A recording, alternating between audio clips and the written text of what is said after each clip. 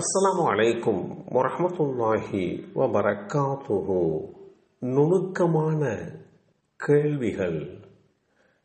அல்லாஹ்வுடைய தூதர் ஸல்லல்லாஹு அலைஹி வஸல்லம் அவர்களோடு அப்துல்லாஹ் இப்னு மஸ்ஊத் ரலியல்லாஹு அன்ஹு அவர்கள் ஒரு வேளாண் பூமியில், அதாவது பேரிச்சந்தோப்பில் இருந்தார்கள்.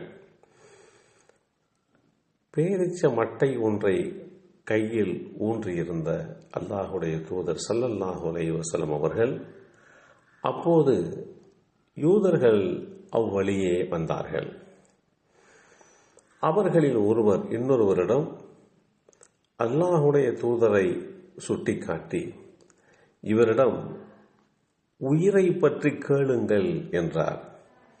மற்றவர், உங்களுக்கு அதற்கான தேவை என்ன ஏற்பட்டது என்று அவரிடம் கேட்டார். இன்னொருவர், நீங்கள் விரும்பாத ஒன்றை அவர் உங்களிடம் சொல்லிவிடக் கூடாது, எனவே அவரிடம் நீங்கள் கேட்க வேண்டாம் என்றார். பின்னர் அனைவரும் சேர்ந்து அவரிடம் கேளுங்கள் என்றனர். அவர்கள் அல்லாஹுடைய தூதர் ஸல்லல்லாஹு அலைஹி வஸல்லம் அவர்களுக்கு அருகாமையிலே வந்து ரூஹை பற்றி, உயிரை பற்றி கேட்டார்கள். நபி ஸல்லல்லாஹு அலைஹி வஸல்லம் அவர்கள் மௌனமாக இருந்தார்கள். அவர்களுக்கு எந்த பதிலும் வழங்கவில்லை. அப்போது அவர்களுக்கு வேத அறிவிப்பு அருளப்படுகிறது என அறிந்து கொண்ட நாங்கள், எங்கள் தூதர் ஸல்லல்லாஹு அலைஹி வஸல்லம் அவர்களை கவனித்துக் கொண்டிருந்தோம். நான் என்னுடைய இடத்திலேயே நின்று கொண்டேன். வேத அறிவிப்பு இறங்கிய போது அல்லாஹுடைய தூதர் ஸல்லல்லாஹு அலைஹி வஸல்லம் அவர்களிடத்திலே, நபியே, அவர்கள் உயிரை பற்றி உங்களிடம் கேட்கின்றனர், சொல்லுங்கள், உயிர் என்பது அல்லாஹுவின் கட்டளையினால் உருவானது, உங்களுக்கு ஞானத்தில் சிறிதளவே கொடுக்கப்பட்டுள்ளது என்ற வேதமறை குர்ஆன் அத்தியாயம் 17 சூரத்து பனி இஸ்ராயில் வசனம் 85 ஓதி காட்டினார்கள். இந்த செய்தி ஸஹீஹ் புகாரியில் 4721 என்ற எண்ணிலே பதிவு செய்யப்பட்டிருக்கிறது. உயிர் என்பது அல்லாஹுவின் ஆணையால் உண்டான ஒன்று, அல்லாஹுவின் நேரடி அதிகாரத்திற்கும் ஆளுமைக்கும் உட்பட்ட ஒன்று. இதற்கு மேல் உயிர் தொடர்பாக மனிதனால் கேள்வி கேட்டு அறிந்து கொள்ள இயலாது. ஏனெனில் மனிதனுக்கு வழங்கப்பெற்றுள்ள ஞானம் சிறிதளவே என்று வேதமறை குர்ஆன் இயம்புகிறது. உயிர் என்பது மென்மையான வாயு என்கின்றனர். சிலர் மரத்தின் வேர்களில் நீர் ஊடுருவியிருப்பதை போன்று உடலில் உயிர் ஊடுருவியுள்ளது என்கின்றனர்.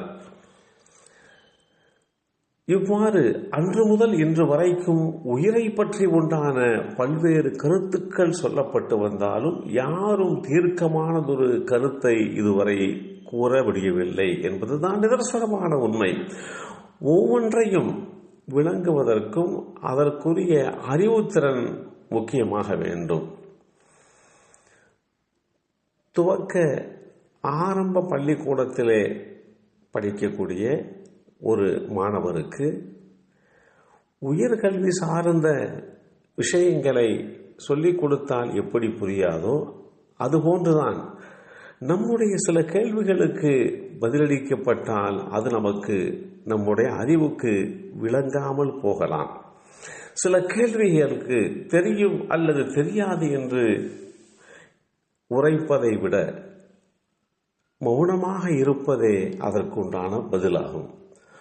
உயிர் என்றால் என்ன, அது எப்படி என்று இதுபோன்ற சில கேள்விகளுக்கு மனிதர்களில் யாராலும் பதில் சொல்லவே இயலாது. அந்த ஞானம், அது குறித்து உண்டான கேள்விக்கு உண்டான பதிலுக்கு உண்டான ஞானம் அல்லாஹ்விடம் மட்டுமே உள்ளது. இதைத்தான் வேதமறை குர்ஆன் நமக்கு தெளிவுபடுத்தி காட்டுகிறது.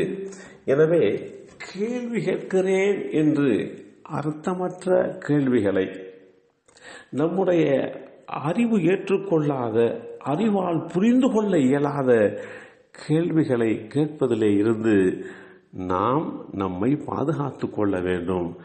அதுதான் நம்முடைய வாழ்க்கைக்கு, நம்முடைய மறு உலகத்திற்கு நன்மையாக அமையும்.